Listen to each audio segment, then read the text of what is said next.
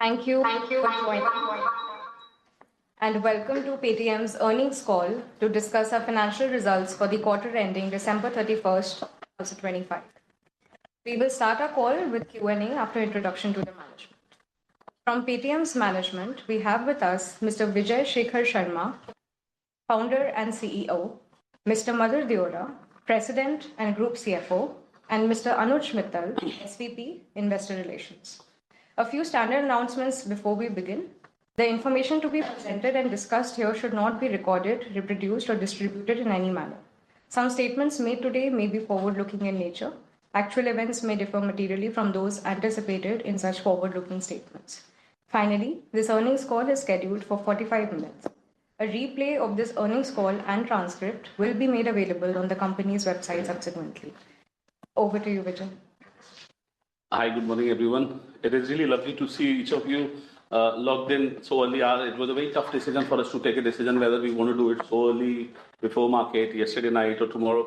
And I think the elephant in the room, PIDF, we sort of were making sure that you get to read it much before the market opens. So we tried deciding it at an early hour. For other side of the world, people who logged in this, thank you for logging in early hours of India. And as you see, it's been a year plus since we had decided that we'll head down and execute on our core business principle, core business, which is payment and financial services. And we continue to dominate the merchant ecosystem. And we now have started to build on consumer. And like I had promised earlier, that we won't throw money on consumer, rather we will throw technology and product on consumer. For many reasons, our numbers are what numbers are, like not in the reference of the market share I'm quoting here, but at the same point in time, the capability of our product and technology team can be evidently seen that we are outgrowing the competition or the market out there in the game. So this kind of attention will bring our consumer market share forward. I'll take reference of Prime Minister's Make in India initiative. It used to be thought that at one point in time that Make in India, manufacturing in India, how will it happen? And as we can see, Honorable Prime Minister's initiative today is like pride of India, that we see so much of manufacturing in India. That's exactly how I would look at UPI consumer business for us.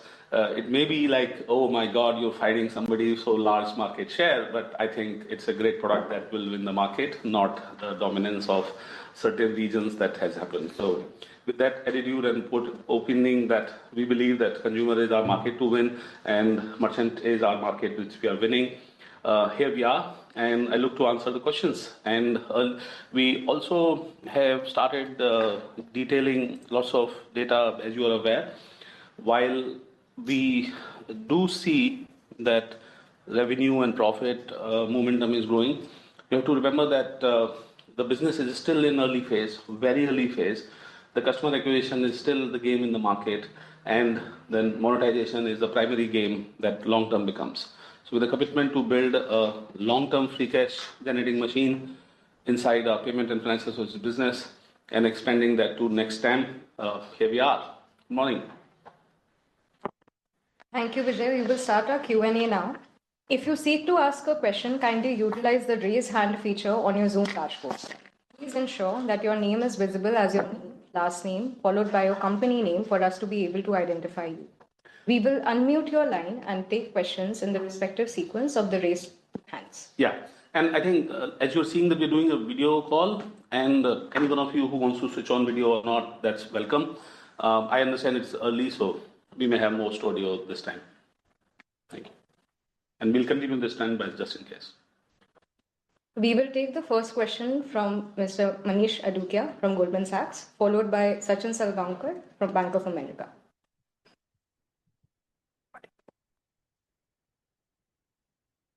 Manish, please go ahead. You may go ahead. Hi, sorry, I was just trying to join again. Vijay, Madhur, good morning. Great to see you. Thank you so much for doing the call. Just the first question is on, Vijay, what you mentioned in the opening remarks, the PIDF. So a couple of sub questions there. One, in the shareholder letter, you talk about the fact that you should be able to meaningfully offset the impact over a period of time. But at the same time, you also talk about contribution margin going from 57% now to mid 50s as a result of the PIDF impact. So I'm just trying to reconcile the two statements, that if you're able to offset the impact, then why should there be a contribution margin impact at all? And second, if you can just talk about also the offsets and how long could it come or could it take for the offsets to come? That's my first question. So first and foremost, I would talk about what the IDF core was built. I mean, we all as industry loved it when it has been done because the expansion of payment to the hinterland of India was tougher, especially when you were adding a subscription or a costly device to the element. And that is when the Payment Infrastructure Development Fund was generated and created, and the soundbox were added to this element. Typically, it existed ever since. It had POS devices, the card devices. And I'm very happy to tell you that we're talking 2026 now. Everywhere in the country, the use case of mobile payment is evident and clear. Even if a shopkeeper is out there, that person will take care and pay for the subscription. The value prop has been acknowledged. The keyword is value prop has been acknowledged. Does the industry need PIDF? Well, as an industry, we are welcoming every initiative that government or any other entity is looking to give us. But at the same point in time, our business model is not based on this. That's a keyword. We are not sitting here to take grants. We are not sitting here to take grants as our profit and revenue. That's it. Now, that means that we will offset. Yeah, it just gave us the opportunity to go into the line item of businesses which were, oh my God. Well, without PIDF initiative, our revenue comes from the merchants pay subscription and merchants who take credit. And PIDF, surprisingly, was not credit-worthy merchant, if you will. So it was, as you can see, we were deploying where we were ready to deploy, and we were getting the revenue from select set of merchants that we were able to convert them into credit-worthy merchants. So if you see, we were not the top deployer while we were the top merchant player in the industry, and it was because we never looked at it as a revenue line item. We rather looked at it as, let's look at it extending the reach towards tier 3, tier 4, tier 5, tier 6, and the places where we would have not reached. Our model is perfect now. I'm very happy to say we now are ready to tell you that we will offset it from, number one, the subscription that we earn from them. So there is subscription that we earn from them.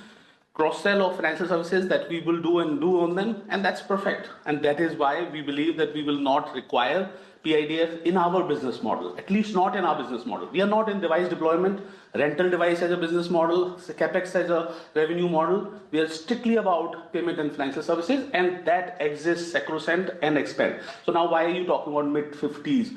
Well, I'm just trying to be that we have always been conservative on the numbers, and we've always we believe that it is rather better to say mid and then beat it in upper bracket. And I'll just answer a couple of other things, Manish. So my expectation is that obviously the work started immediately, and we were ready to recalibrate what we have said, higher subscription revenues and more targeted sales efforts. Our expectation is at least 30-40% of this will offset this quarter and more over time.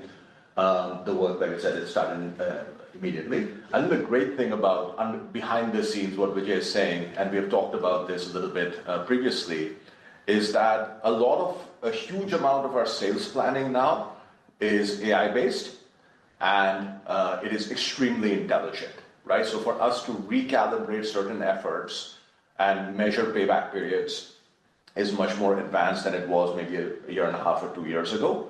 So these kinds of projects, I think we can handle in a very disciplined manner. Why CM down?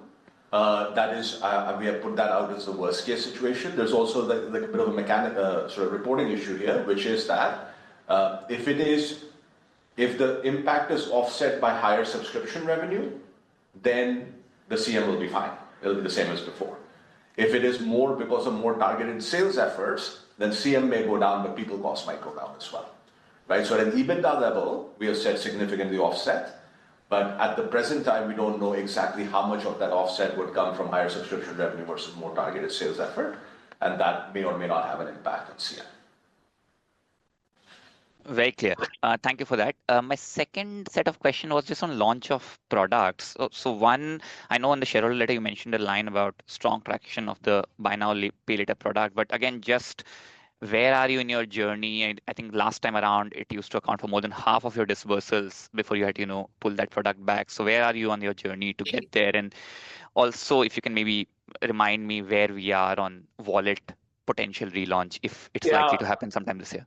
So Manish, yesterday we were discussing, should we start disclosing credit disbursement numbers, the number of crores that you disburse in consumer or business or merchant? One thing that, because you read it so nuancingly, you would notice that we have added buy now pay later as a part of our consumer credit plan. And that means that we believe this is a foundational plan. And happy to tell you that we're crossing hundreds of crores of monthly disbursement on this literally in the less than 6 months of launch. And we are talking about 6-digit customers who are using it. But I think I've learned only one thing, that incoming matrices are useful with very clear modeling that you can say. So number of customers, if you notice, of financial services will increase, and the average value per customer will increase, which is what you will continue to see over the period. So that is where the numbers are. And wallet-wise, as a promise, I would rather say, as a promise, we will bring the wallet back home. We just want to clarify the numbers that Vijay mentioned. It's been 3 months since launch. We have crossed 1 lakh customers. And within 6 months of launch, we expect to cross 100 crores of dispersal. So that's the kind of early trajectory. Of course, it's much faster than the first time we had launched postpaid. So we're quite pleased with that. And on wallet, like Vijay said, we are going to bring the wallet back. We do think that, just to manage expectations, because in conference meetings and so on, we get a lot of questions on this. We had talked about wallet profitability being 500 crores when in January 24. We don't think the product is that big in the industry going forward, right? So we want to bring it for consumer completeness, because the consumer should have an option. We're big believers that consumers should have options, as many options as we can come up with. So postpaid is an option, wallet is an option, but one shouldn't think of wallet as being as sticky, as relevant, as important today as it was 3 years ago. And Manish, just in case, postpaid customers are payment customers, so they are not added in FS customers. Yeah, Thank you for clarifying. Just last question, maybe for Madhur. So I think early on when the RBI impact had come through, and you just started recovering from that, at one point you had called out what you believe is the likely growth scenario for the business, which I think you had said more than 30% revenue growth back then, with 15-20% EBITDA margin over a period of time. We are now maybe 4 to 6 quarters past that. Now, if you were to just relook at the business today from current levels in 2026, if you were to take a 2 to 3 year view, what do you think is a realistic revenue growth that the business can deliver? And where do you think the margins can get to over a 2 to 3 year period? That's my last question. I think the outlook is more or less intact. I think we are as excited about the opportunity in India today as we were 2 or 3 years ago. The more we do, the more opportunities we find. So we think on devices growth, with or without PIDF, that business is robust. There have been positive surprises, for example, beyond UPI, which has solidified our payments processing margin and made the payments business more viable for us, especially on the merchant side. Our merchant loan business does fantastic. We have also mentioned that we did 25% growth on a like-for-like basis, which you can take it for what it's worth. Obviously, the reported number is 20%, but it was important for us to put that out there, especially as we're doing planning for next year. And this is a year in which certain businesses did not quite do on our expectations. So consumer credit cycle continued for a bit longer than we thought, which affected personal loans and credit card. We have been quite transparent about the fact that in marketing services, it's been flattish over the last 3-4 quarters. There's more work to do. So as we get some of those things going, Paytm Money is also showing good signs. As we get all of those things going, I'm very positive that we should be able to accelerate growth, and the EBITDA margin outlook is intact, and we are actually heading towards that quarter on quarter. As you can see, we have a ton of operating leverage. I think I'll also add one last line, that we are more sure than ever because of focus on the core business model that we've had. Earlier, we were not sure of whether it is scalable, free cash generating business model or not. So that is why there were a few more line items, and those line items have been pruned. So I'm going to say that, well, this is the core of core. Thanks a lot. Thank you for taking my questions. Have a great day. Thanks, Manish. We will take the next question from Sachin Salgaonkar, followed by Pranav Gundapalli from Bernstein. Thank you, Sachin, for switching on the videos, guys. I really appreciate it. And I'm not putting a pressure on others who don't or may not, but thank you. Thanks, Vijay. Morning, all. I have three questions. First is just following up on the incremental levers for growth. And one way to think about it is clearly there is a lot of confidence in the merchant lending, Soundbox, UPI in terms of what you guys have achieved. Your shareholder letter did mention that you have now all three payment licenses. So on the back of it, should we expect acceleration of merchant and consumer onboarding? As a follow-up to one of the earlier questions, is postpaid today at inflection point where going ahead we should continue to see that growth? And also on those lines, equity brokering, are we again at that point where we could see more disclosures from you guys as this business scales up? Yeah, yeah. So upside is very clear. Get more merchants, and thanks to the focus that I've said, there is a huge amount of upside left in online merchants that I want to tell you that we've started doing it. You may have noticed that I've become the CEO of the PPSL company. So online business will start generating more upside in payments and financial services. In fact, I want to put it on the table that online business has margin because of platform fees and many other EMI, etc. initiatives and card, etc. initiatives that we do with merchants of more monetization on payments. So number one, I think we have literally added a new line item of business which will be materially sizable because that business since 2021 was paused practically. I mean, it's an important thing to note that payment business will get boomed because of permission and the structure that we are doing. So we are recruiting in that. You will see more recruitment of sales executives for our enterprise sales. And we are now because we are champion in offline, we were champion in online. Now we can acquire both in the same entity. It will become omni-channel product. So number one. Number two is that you know that our device-led offline merchant business is phenomenally better than anybody else. Now that everybody's numbers are out in the market, I can flawlessly say that every replica of our business model is a proof of our business model and acknowledgement, and we've done it better than anybody else that is shown there. So now we'll double the confidence of dominating more number of merchants and more cross-sell of financial services of them. So that is the core business remains. Like you very well pointed out, there is an upside in buy now, pay later, Paytm postpaid, and inflection point. I think I'll wait for till the time period, let's say 6 months happen, all because of that I want to make it sizable, and then we want to move towards credit business which is led by that, because there is a nuance of led by payment and adding to the payment in this. And we don't think that, okay, let's just do this business. For example, like we used to distribute credit cards and we just stopped that business because I was like, it does not add to anything. Just because you have a traffic, you can try doing it not a business model. Let's say that what do you do which grows your moat and protects the moat and expands the moat instead of just because you are. And that is how the optimization of cost also has been happening. If you notice, I mean, unstated statement is that every quarter our cost optimization is continuing. And there was a question, I remember a couple of quarters back, how long will it continue? I was like, this is a continuous thing. I'm further pruning, optimizing for what is called core mode, expanding this, protecting it, and monetizing it. So yes, buy now, pay later is one mode. And Paytm Money, let me say this. I mean, when we launched Paytm Money, it was the top SIP producer in the country. We got defocused, we went through IPO, we went through many other processes, and we want to make Paytm Money top 5 player in less than the next 3 years. And let's see what ranking it hits that. So it'll be material, yes. You've seen the MTF. We started to play offense by putting MTF benchmark in the market. And this is because we have book, we have capability, we can do it. And so these two line items, so you can say buy now, pay later, you can say Paytm Money. We have certain other wealth products, they've done phenomenally well. And expanding this year, we will also expand more kind of merchant credit because we are now getting online merchants, large type of merchants. So, I mean, what the previous question that Madhur was answering a few minutes back, that we're more sure than ever of higher growth and higher margin. And I think, like I've said it, we don't want to focus on any vanity metrics whatsoever. We've reduced them all to focus only on how our revenue growth and bottom line growth and free cash growth goes on. That's it.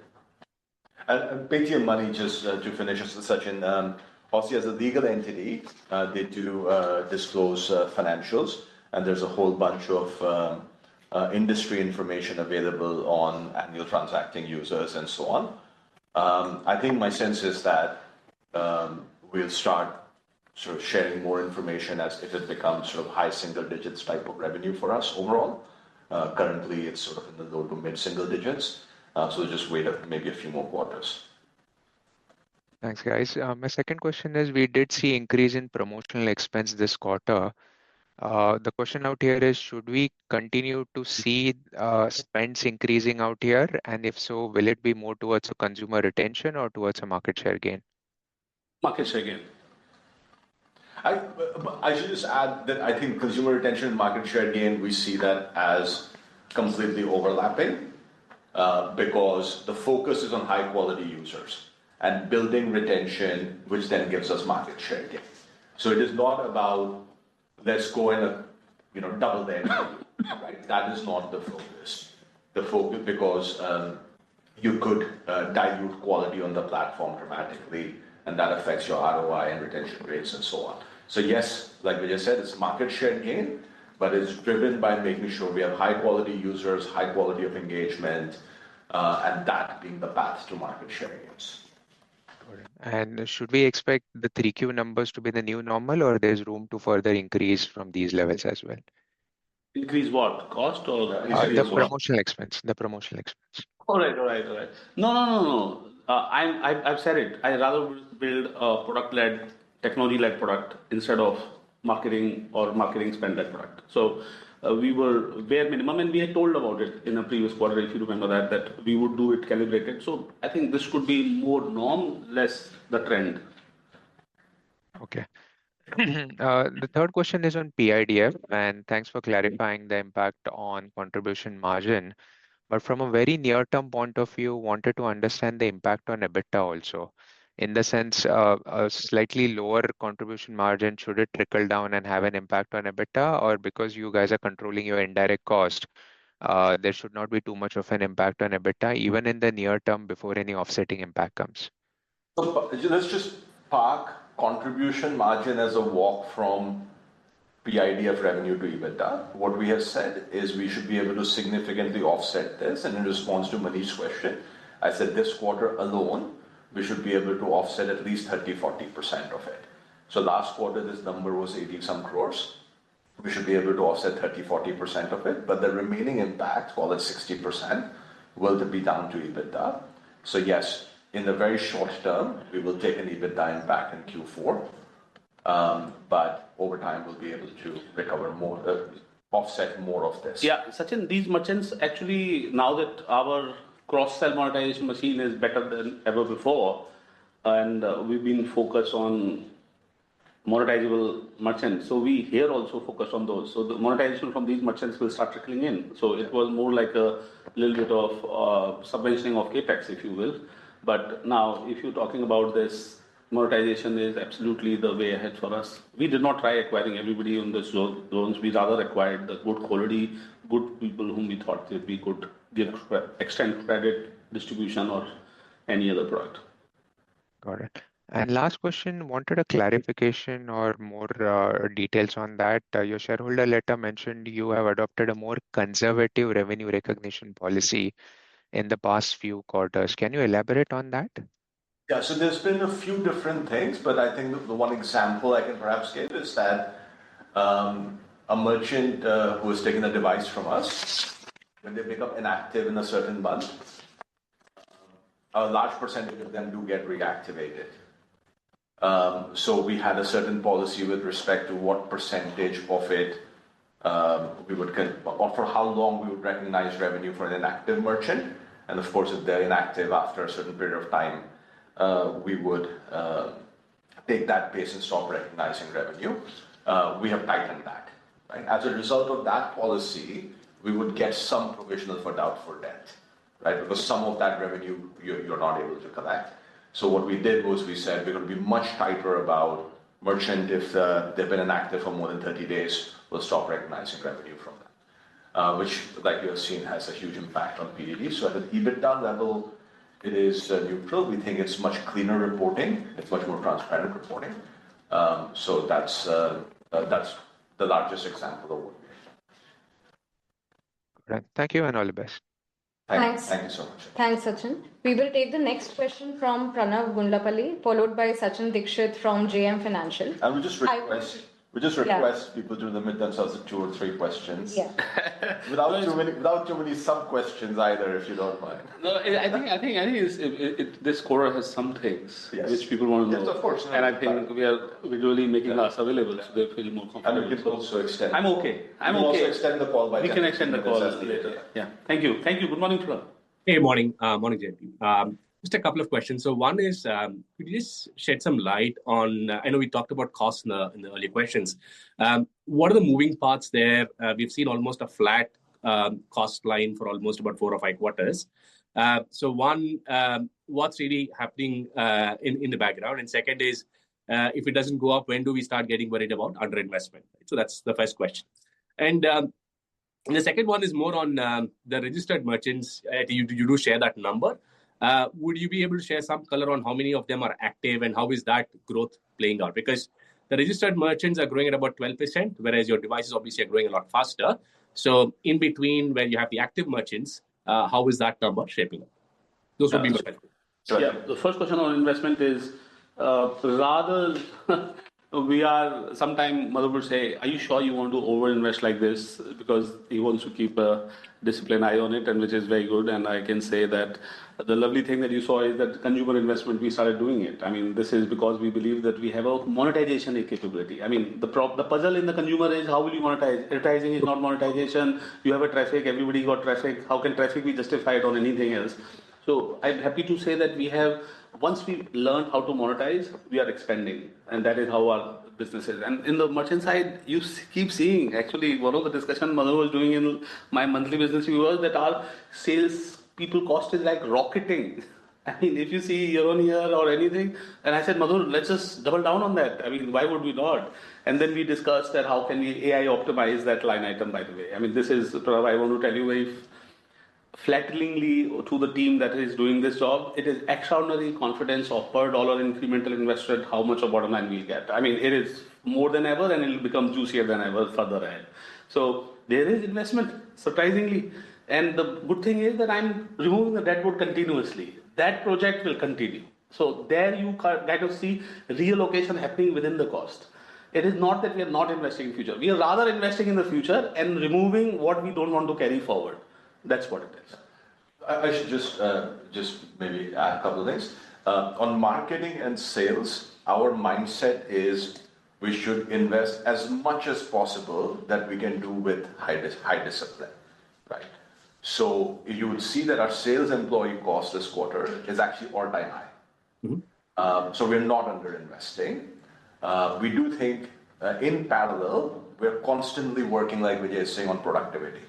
So, for example, we reduced our marketing expense somewhat because Vijay was not convinced that it is as productive as it can be, i.e., it's not as product-led.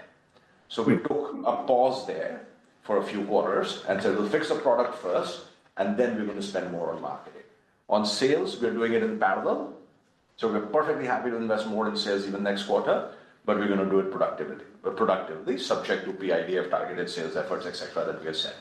On other things, which are not marketing, non-sales, AI has helped tremendously. There are certain places where we have had better commercial negotiations, given that's an ongoing exercise. And of course, that other indirect expenses we have called out is positively impacted due to PAD. So we feel actually very happy with the cost structure we have, that we're not under-investing, we are doing it the right way, and we're focusing on productivity. On registered merchants, just to clarify, Pranav, we have a number of registered merchants which is disclosed in the back of the document, which is 4.8 crores. Ignore that completely. We never talk about that in the front of the document. That is a SEBI obligation that we carry. So that's there. So I'm just telling you that that's not the number that we use for our operations. We do talk about subscription merchants. These are merchants that actually have a device from us, right? That is 1.44 crores. We see that as the proxy for our top of the funnel. I don't think we are going to start adding more KPIs of top of the funnel KPIs just because others are doing it and so on. Because our focus is, that's the deployed base, let's focus on revenue and profitability, right? And not adjusted revenue and profitability, if I may add. revenue and profitability. So, and we're just sort of going to drive that going forward. Understood. Just one follow-up there. What percent of your GMV would be coming through these device merchants of your entire stated GMV? I think it's significant more than majority. I mean, the QR merchants are practically nearly. I mean, my sales team does not even deploy QR merchant. In the offline, the internal funnel for device deployment is churn the other competition's device. It is not QR. We used to do it, and we used to deploy QR and upgrade them to Soundbox. Now we're like, okay, the bad devices out there, so let's churn them into us. In the offline world, vast majority. Obviously, there's online GMV as well, there's Paytm app GMV as well. But in the offline world, vast majority comes from soundboxes and card machines. Okay, would it be fair to say like maybe 75-80% of your offline GMV is actually coming from merchants who have devices installed? Actually, nearly all. Let me flip that around, saying QR only merchants are negligible. Negligible. It's Okay. real. So that's why we started to index only on the merchant whom we can charge the money. Look, Pranav, it's easy to give any KPI whatsoever. For example, like I can deploy a device, and if it is for free, well, you can say whatever about it. I mean, monetizable, capable merchant, and that's why we call it subscription. If you notice, we don't call it the device merchant, deployed device, blah blah blah blah. It's only material number that we showcase, and I'm sure you'll adjust to that. Yes, perfect. That helps a lot. Thanks a lot. Thanks a lot, guys. Thank you. Thanks, Pranav. We will take the next question from Sachin Dixit from JM Financial, followed by Jayant from Axis Capital. Good morning, Vijay and Madhur. Thanks for the early earnings call. So quickly on the payment business, right? So you have highlighted in your letter that there was a 4 basis points plus payment processing margin in this quarter. If we can probably break down some color on this, and if there is any guidance on, because this used to be 3 to 4 basis points earlier, if there is more trending upwards of this 4 basis points margin. You're exceeding that consistently. Some of the instrument mix is helping. Last quarter, there was a lot of question whether this was EMI driven. No, that's obviously a part of it. Or festive driven. That's always a part of it, but it is not the major driver.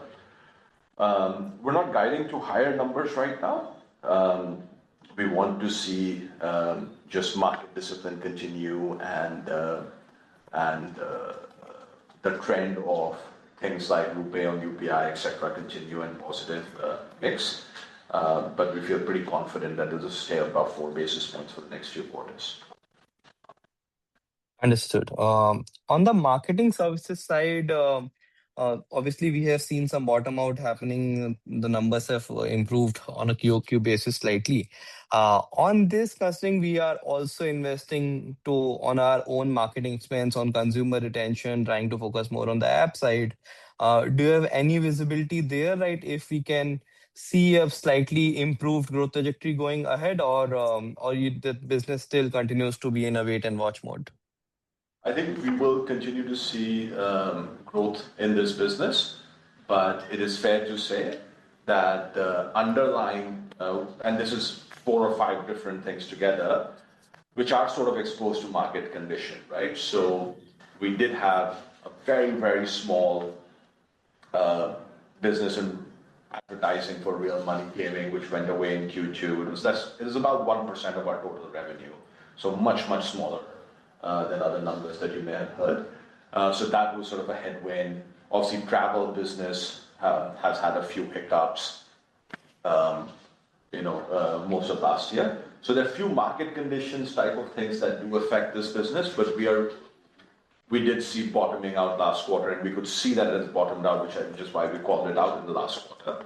And we do think that this business should continue to grow from here. Got it. One last question, if I can squeeze in. One of your listed peers talked about watching out for MDR on organized merchants in the budget. Do you have any views on that? If there is any UPI MDR sort of a potential appearing to you? It's 2 days away, so let's just wait now. Sure. All right. Thank you and all the best. Thank you so much. Thanks, Sachin. We will take next question from Jayant, followed by Kiran Engineer from CLSA. Thanks, Anandita. Hi, Madhur. Hi, Vijay. Thanks for the opportunity. So the first one is on payments. So I presume the net payment margins are holding very strong at 4 plus for the next foreseeable future. So that is leading to an implied device yield of 60 rupees, if I'm not wrong, X of PIDF. That's about So right. so now if Madhur is saying you can recoup 30-40%, do we assume this 60 moves to 65 immediately in this quarter? Or you're talking about sales efforts plus cost efforts leading to that 30% of. Yeah. So, Jen, it's hard to sort of boil it down to only subscription revenue because, like I said earlier, our model, AI-led model, targets better payback period. Now, the better payback can come because the subscription revenue is slightly higher, or because the sales effort is slightly lower, or because the merchant is transacting more, the merchant is more lending propensity merchant, etc., etc. Right? So it targets a whole bunch of different efforts which give us the ROI. Right? So having evolved to that state, we are not going to override it by just saying, hey, let's just charge more subscription to everyone. So it's hard to then boil it down to, hey, is it going to be 60 rupees, going to be 65 rupees of subscription? In my sense is in certain places we are going to see that years of investment have changed behavior to a point that merchant is actually okay to pay a little bit more, right? Whereas in other areas we're going to find that, hey, merchant is quite engaged, and as a result there's more lending propensity in that area. So it's really a combination of these things. But I think it's fair to say that subscription revenue on a blended basis will offset some of the PIDF reduction. And regulation-wise, you didn't have any prohibition on collecting subscriptions from PIDF merchants, right? No. It was Some of them, some It of was them may be capex subsidization. It was a capex subsidization, by the way. some of them may be actually already paying. Is You that got it. You got it. Some of them do pay, but they do pay lower than our model would suggest. Hey, let's just charge them a bit lower than what another merchant would pay. Similar merchant might pay in another area. Great. And that gives you some confidence that at least some cohorts can be moved up and offset on the. Exactly. Yep. The second piece is on lending. I mean, in financial services, I believe the non-DLG mix is moving up, right? So that would have caused a downward pressure on absolute revenue growth in that line, and still we are seeing very strong growth. So is it MTF or is it more disbursements? Which of the two is really driving up that strong growth in FS? MTF is not in our credit revenue, by the way. Sorry, just yeah. It's in financial services, Yeah. but we don't treat it as a credit line item. Yeah, exactly. So DLG mix has gone down year on year. DLG mix has been broadly stable quarter on quarter. So just to clarify that. And we have seen that trend for the last 3 quarters. The vast majority of the revenue increase that you're seeing is because of growth in disbursements on the merchant lending side. Personal loan continues to be, consumer loans continues to be challenged. And secondly, very good efforts by our collections team, which is resulting in good outcomes for our lenders, which also gives us more revenue. So it's been a combination of those two. And that has broadly been the trend for merchant lending for 7-8 quarters in a row now. So we are quite happy with the way that business is compounding. And if I'm correct, this comes in the base in the next quarter, the mix change. That means from next year onwards, optically the growth should start looking better on financial services? Logically. The DLG, non-DLG mix? Logically, yes. But I think on merchant lending, those trends will broadly continue. So it won't be like a jump sort of thing. But when you look at, you can take a call on sort of consumer loan cycle. So we are sort of subject to that cycle.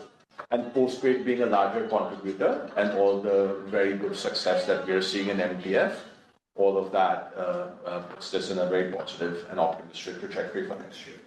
Great. If I could just squeeze in one last question on payments. So these 4 basis points, I can sense the change in the commentary tone from 3 to 5 to more than 4 comfortably.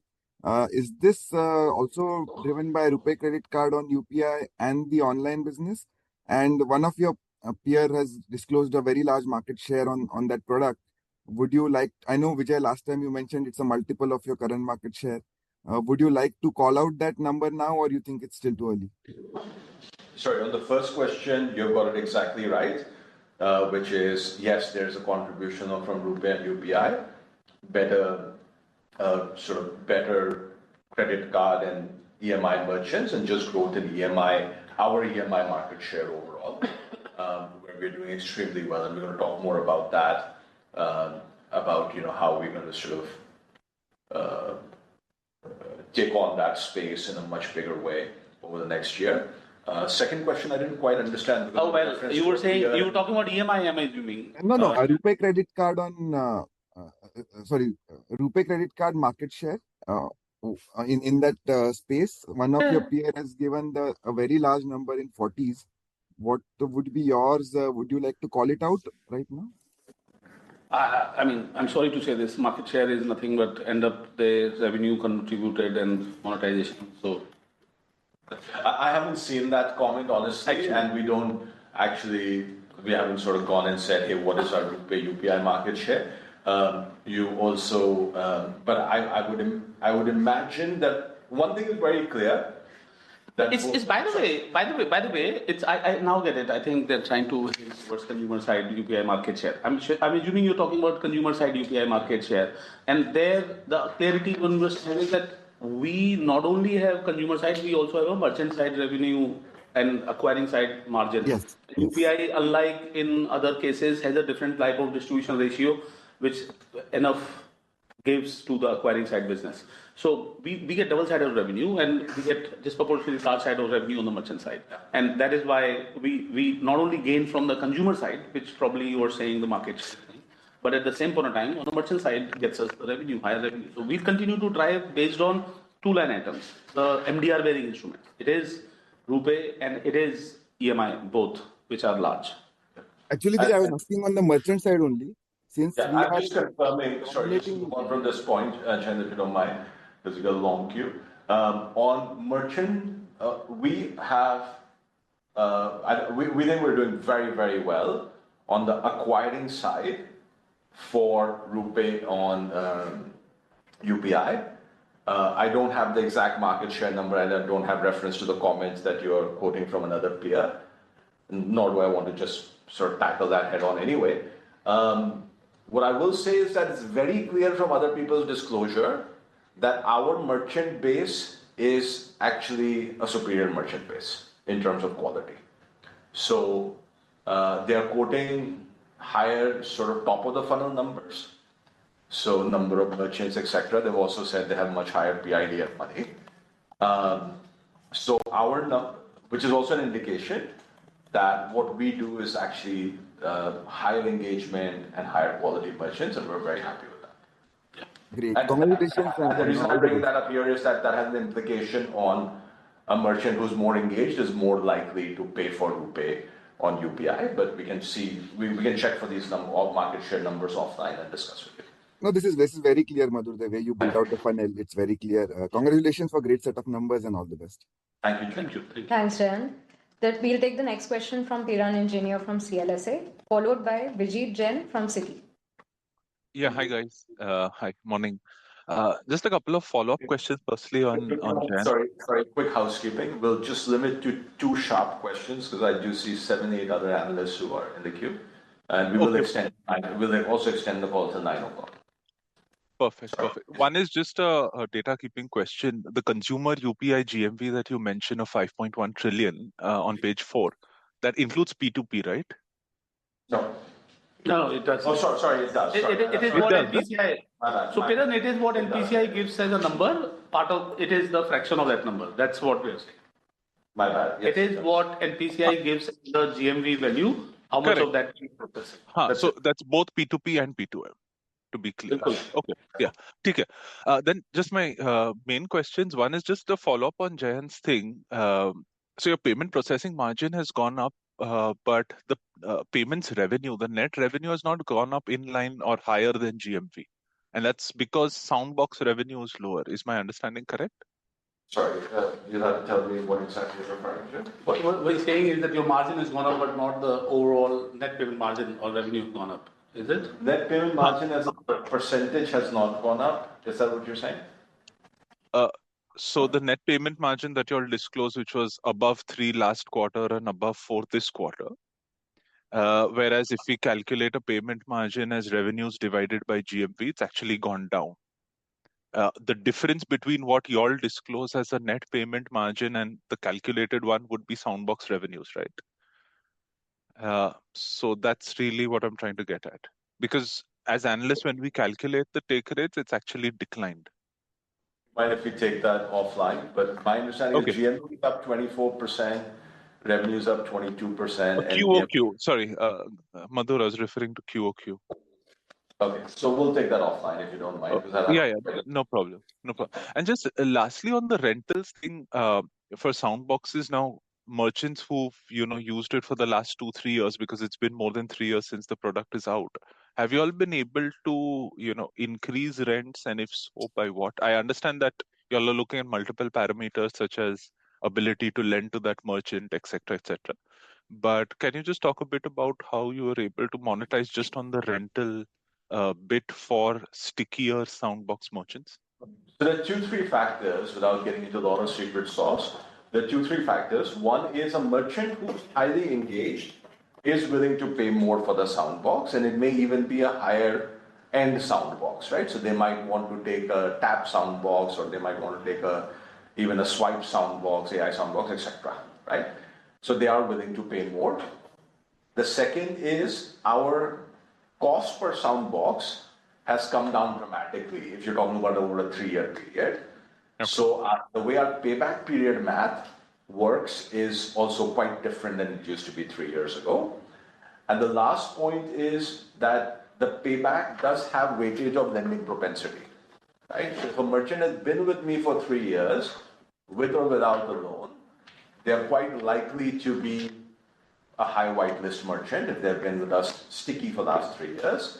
And that also goes into pricing, right? And versus retention benefits versus lending propensity benefits. So we do factor all of those in. So it'd be a generalization to say, hey, we do increase prices for everyone who's been with us for 1 or 2 years, because actually the model determines that, and it's been giving us good results. Got it. Okay, yeah, that's it from my end. Thanks, and we'll take that other thing offline. Yeah, no problem. Thanks. Bye. Thanks, Viren. We will take the next question from Vijay Jain from Citi, followed by Pranav from MK. Vijit or Vijit? Yeah, Vijit. Yeah. Hi. Hi, good morning. Apologies. Hi, Vijay. Hi, Madhur. Good morning. And congratulations. Good set of numbers here. 2 questions from my side. One, is digital gold sales a decent contributor to revenue and margins for you? I know you highlight on the app more than 5 million customers purchase gold, and you also sell gold daily. You have a couple of products there. So just a quick word on that one. Secondly, I wanted to know, good to see your consumer UPI market share has started to go up, 5.7 last quarter, 6.2, you've highlighted that as well. Where would you think you can get to in the near term on that front? And last question from my side, I'll just ask all my questions together, if that's okay. On the online business, are you going to focus mostly in expanding that in the D2C arena, in the new online ventures arena? Where do you think the best opportunity for you lies? Those are my questions. Thank you. Yeah. So I'll start from the 3 to 1. So online, our bet is lying that basically we could not onboard many merchants while we were serving the current merchants. So current merchant that we were serving versus the gap that has existed is a lot of D2C merchants and so on. So I'm sure you can very easily comprehend that our offering is more consolidated, not just online for online players, but online plus offline, because we day one built it like that. And then we also have a consumer over these merchant players, those who very completely lack that play that you can do. So we are not looking at it as purely payment processing, which is a very thin margin business rather. we are looking at is how can we increase the business of this person. So it's a commerce-led business plan that we have on online, and that inherently inherits that only large enterprise processors are not useful because they have their own businesses of acquiring consumers. So you can see the direction there. UPI share, market share. I want the world and I want it now. What kind of question is that? I mean, we want to solve for market share concentration risk by our organic technology plans. That's it. That's our ambition. That's our mission, and we will keep at it.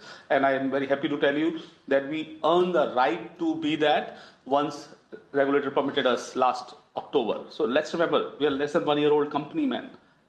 Every customer wants to be acquired, and that is what somebody should see. So I'm happy to see that you notice that. What is the ambition? Market share concentration problem solved. That's it. Nothing else. We will put money on that. Yeah. And finally, on the gold, it's an easy one. I mean, it works. People have their ways to acquire because we did the SIP and mutual fund sales and so on. And then we discovered that there is I'm sure you know that digital gold as a category was built by Paytm. And we just saw that customers are rather more comfortable with gold, and you know that every day gold numbers are showing up and so on. So I started to generate self-interest in the customer. We don't look at it as our winning bet or losing bet. We look at it as a very consistent customer retention bet. Why do we give customer name like this? Because I believe if customer has a lock-in on us with this, he will stay longer term. So we don't look at it as a margin or classic revenue product, but we look at it as let's retain the customer by him committing something on our platform.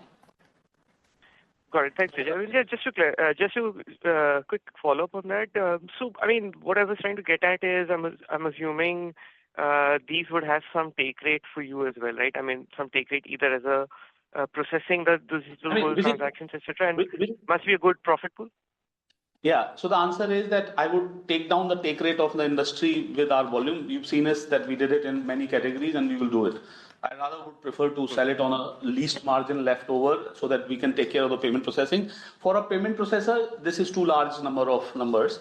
It is rather easier for me to sell larger volume. So among the take rate, absolute value of profit and the number of customers, retention. Got it. All right, thank you. And you've expanded internationally in quite a few geographies now. I'm wondering, because I see some commentaries around this, is your interest in the Indian diaspora consumer side business here? There are remittance side businesses and opportunities there? No? Too exotic for us. We simply believe our merchant stack is very repeatable, and we will try that wherever we try that.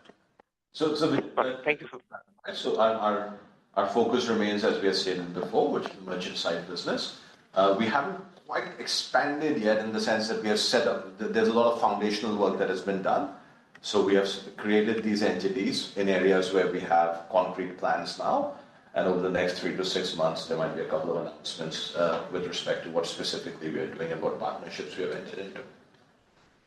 Got it. Thank you, Madhur, and best of luck to you guys. Thank you so much. Thanks, Vijay. We will take the next question from Pranav Kshatriya from MK, followed by Rahul Jain from Dolat Capital. Hi, thanks for the opportunity. My first question is on financial services. Good to see a growth, double-digit quarter-on-quarter growth on that product. Can you give some color on, what exactly is driving that? Because there's a personal loan, there is postpaid, and there is equity merchant loan. A lot is happening. So some color on that. And secondly, bookkeeping question, other direct expenses have gone up by 16% quarter-on-quarter. So, what is driving that? So these are two questions. Yeah. So a simple thing is that, like you might have heard, Pranav, in the early part that I've said that in the consumer side credit, we are adding BNPL as a foundational way to expand on it. So a little bit of growth on that. Then secondly, which also means that we are less interested and less distributing just a personal credit, which we believe everybody who has an app can do it. So we don't think that is a very differentiated mode. So we rather are doing it like this, that it'll take over the distribution led business. So it may look flat, but internally it will be very important to build a mode of payment led credit instead of just distribution of credit, which is traffic led. Okay. Now, this being the personal loan, Merchant loan is consistently growing. There is a great understanding by the industry, creditors or merchants, both sides, that you do good, you get good credit, you do, and these are very good quality merchants and very good effort that Paytm puts in. So that is, anyways, the core reason. But at the same point, personal is gone into this. And yeah, Paytm Money started to show green shoots. So I mean, equity broking share on a sequential basis would have sort of gone up, gone down, because I did see a little bit of marketing around Yeah. margin Little bit gone trading up, product. little bit gone up, huge expectations internally from the team. So market share went up a bit, and monetization went up a bit more than that because of MTF product and so on. On your second question, Pranav, other direct expenses, it's a combination of FLDG, which goes there as our merchant loan business is scaling, and also a little bit higher collection costs. Those are the primary drivers. Okay, cool. Thank you. That's it from my side. Thank you. Thanks, Pranav. We will take the next question from Rahul from Dolat Capital, followed by Suresh Ganpati from Macquarie. Morning, Rahul. Yeah, hi, morning. Basically, I have two questions.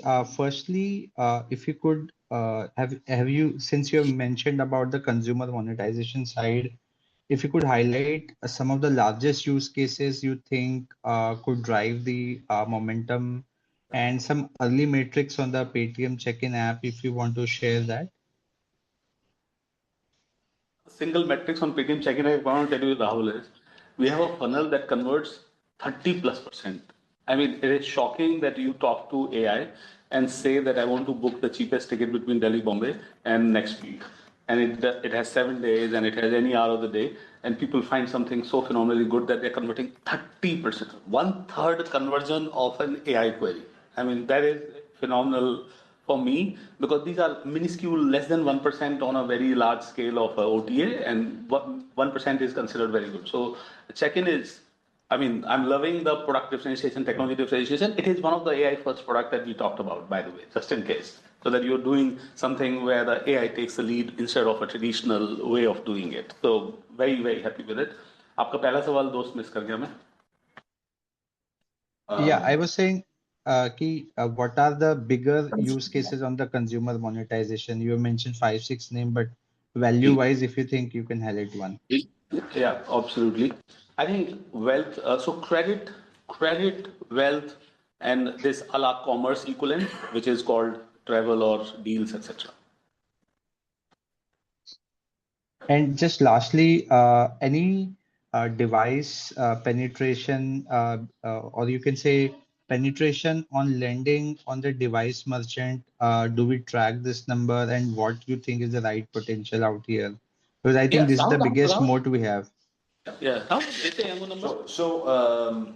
It's currently about 7% on our, so roughly just under like 1 million loans a year, which is also similar to 1 million loans outstanding at any given point of time. On the device merchant base. On the device merchant. Yeah. So device merchant is device merchant, actually. So device merchant base only, roughly 7% of that. And it has been sort of going up, give or take 1% year on year. Just to remind everyone, so the three main drivers of our merchant loan business, in a sense, number of devices, which is growing at about 27 lakhs year on year. Percentage penetration, which is broadly growing at about 1% a year, give or take. And then average ticket size, which has been growing, if you look at last 4 or 5 years compounded, about 15% a year. And slightly higher than that. And the last one has been driven by the fact that the repeat behavior on the platform is very, very strong. I remember 5 years ago, people had questioned as people want to take higher ticket sizes, will they really come? So in our model 5 years ago, we had actually not assumed increase in ticket size. And in fact, that has ended up being one of the major drivers for the growth of the business, which is very positive because you obviously know a lot more about somebody who's a repeat borrower than the first time borrower. And it's much more predictable. So it has been those three drivers for the business, penetration rate being one of the three. Yep, Madhu, just one subset of that question was, is there a number that we have identified that, okay, this is the, in terms of the transacting data or any other way you identify your filter, what is the right potential market? So 7 is the current thing, but what is an ideal number that you could reach eventually? This number could get as high as 20%. Our whitelist base is 40 to 50% typically. Yeah. Right. So, and I'm assuming that the whitelist base, not everyone will need a loan even once a year. But just to be clear, when we think about the business, we don't think about primarily can we drive penetration higher.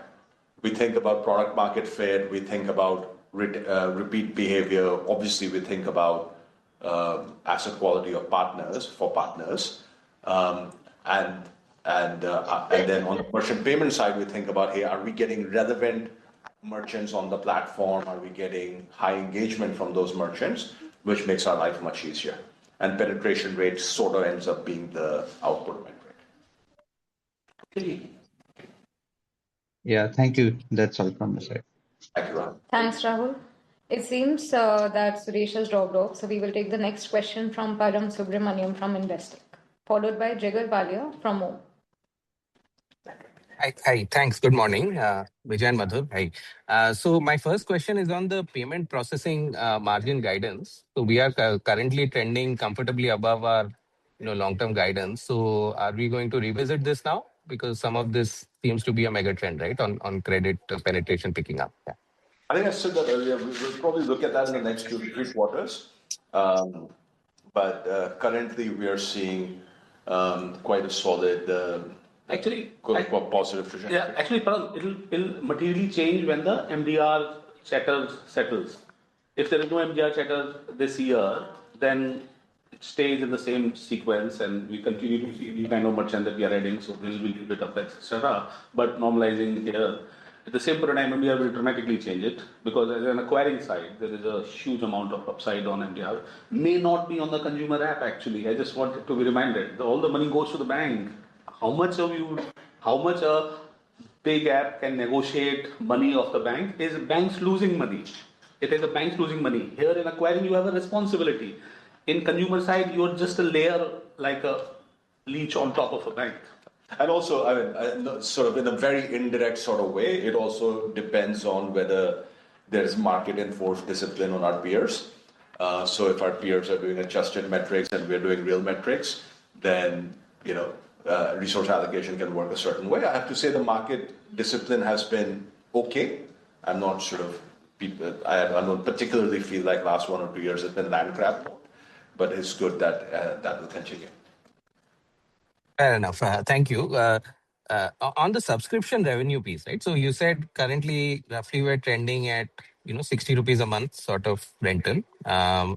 Where was this, say, a quarter or so ago? Because I think coming back to a question that was asked earlier, so basically quarter on quarter, your net payment margin, that number is lagging the quarter on quarter GMV growth. So it seems to be led by the subscription revenue.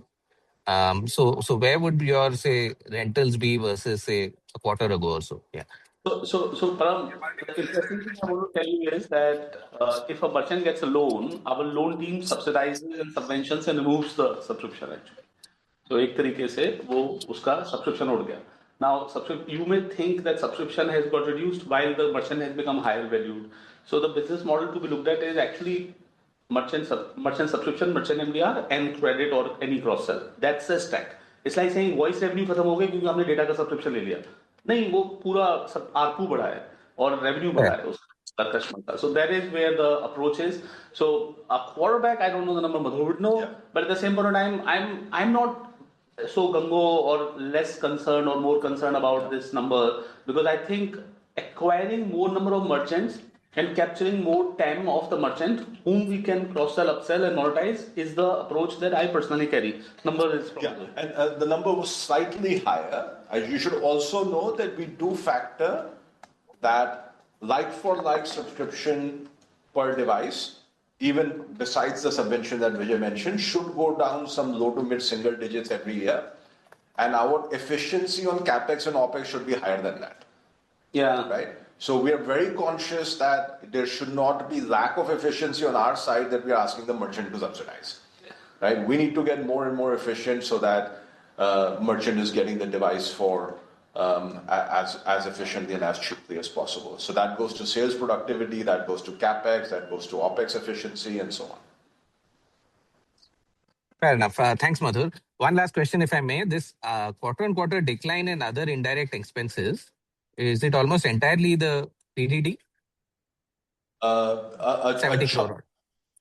The big decline is because of PDD. There are things that we continue to do on making sure overall we are efficient. So big decline is because of PDD. And also we are doing a pretty good job of collecting receivables, including provision receivables in the past. So our provisioning policy is also pretty tight. Fair enough. Thank you. Thank you and all the best, Vijay and Madhur. Thank you. Thanks. Thanks, Param. We will take a last question of the day from Jigar Vadia from Om Group. Jigar, you may go ahead, please. Yeah, good morning and thanks so much for this opportunity. My question pertains, Vijay sir, you mentioned that we are still very early days and customer acquisition is the game still. And so if we have to look at it from a 3 to 5 year now, can the growth rates kind of really sustain? I mean, the kind of what we're trending and targeting and. I think as you've noticed, we've always said the customer that matters. We're not saying consumer market share, merchant market share. We are saying customer that matters, consumer or merchant. So in the customers that matters in consumers in India, based on next 3-4 years of economic growth and worthwhile, monetizable, useful, I'm going to say about 250 million customers is a good number for us to aim. I mean, what percentage of market would it be? That's for market to discover. But at the same point of time, I fundamentally believe we today's monetization machinery wise have ability to monetize to 50 million customers. Now, what market share? Market to decide. Got it. And while the land grab game still stays on, should we see an uptake in or meaningful uptake in depreciation going ahead? I mean, we've really benefited quite a bit. It's been amazing, but depreciation market. I think because our capex was quite low last year and much higher the year before, and we have broadly 2 to 3 year depreciation policy. So next year you should not see an impact. But as we increase capex for deployment, then yes, the year after that, there might be an increase.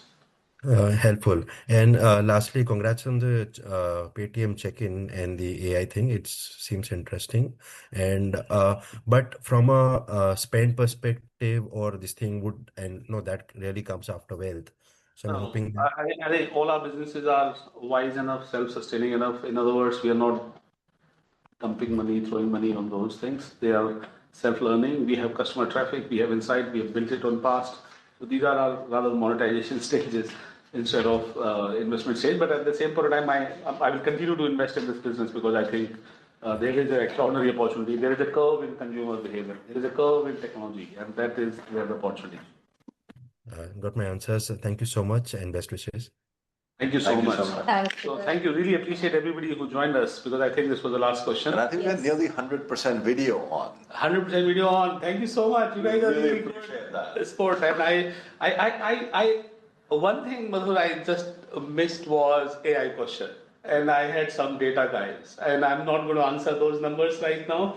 But to the team that is doing AI and to the team that when we internally are like building agents that outrun and out-execute LLMs. LLMs have a limitation of pretending that they are the answer to the world problem, but when it comes to real world problem, they are not able to solve it. That is why the gap between the quick deployment of AI, considering everybody uses software and how everything could have not become AI just in case. And that offers an extraordinary opportunity. I'm very proud of the team that is building these agentic capabilities in our company. I'm going to show you some index. And this is our index that that's for the last type of thing. This is evaluating language model on real world enterprise. Okay? This is a special treat for people who decided to stay well beyond 9 a.m. Yeah. So the keyword is this is real world enterprise statement. So businesses have to use real world use cases, and for that this benchmark shows up. And your favorite company tops this on 2 days back number. I mean, I'm very proud to say we are much ahead of ByteDance, Alibaba, and even AT&T. And we're talking of Yeah, Snowflake, everybody. And actually, it is not just number one for one use case. We are also on the number 6 use case that we are showing up here. Guys, you are underestimating the power of ability of companies that will not only leverage AI by asking their vendor to deploy, but they will create the use cases, and they will create the use cases for optimizing cost or expanding the business line items. And I'm phenomenally very happy to say this. This goes especially to the team that did it, and with that intention that we will keep not just playing along, but we will lead the race of AI in the country. I mean, the attention to the artificial intelligence and capability of agent is extraordinary, and that is what will be the special attention in my life personally, and that's numbers, you're seeing it. So thank you so much for joining. It was great to see you all in the early morning. Anything else? Thanks. With that, we come to an end of this call. A replay of this earnings call and the transcript will be made available on the company website subsequently. Thank you all for joining us at 8 a.m. You may now disconnect your lines. Thank you very much. Adios. Bye. Bye. Bye.